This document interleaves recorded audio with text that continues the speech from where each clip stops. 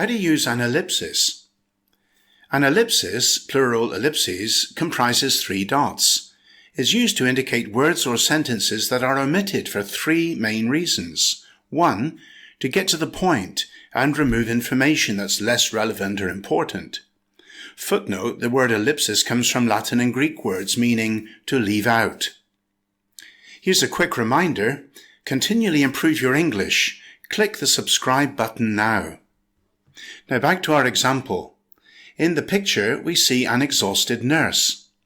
The full caption reads, Francesca Palumbo, intensive care nurse at the San Salvatore Hospital in Pesaro, Italy, at the end of her 12-hour shift during the COVID-19 pandemic, March 18, 2020.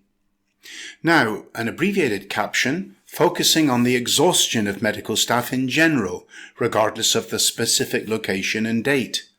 Francesco Palumbo, intensive care nurse during the COVID-19 pandemic. Second use of ellipsis, to indicate a trailing off of thought. Trailing off means to become weaker or less, to fade.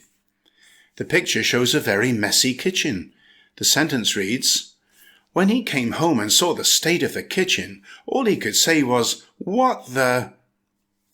Note, the full thought could be a phrase such as, "What the heck is this?" in slang or informal English. And a third use of ellipsis is to indicate a pause or hesitation, or to create suspense or expectation.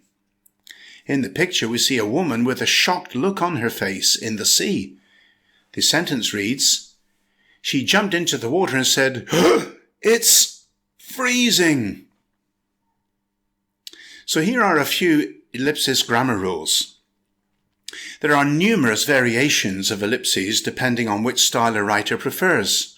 Some put spaces between the dots, others don't. Some remove the space before the first dot, and some after the last dot.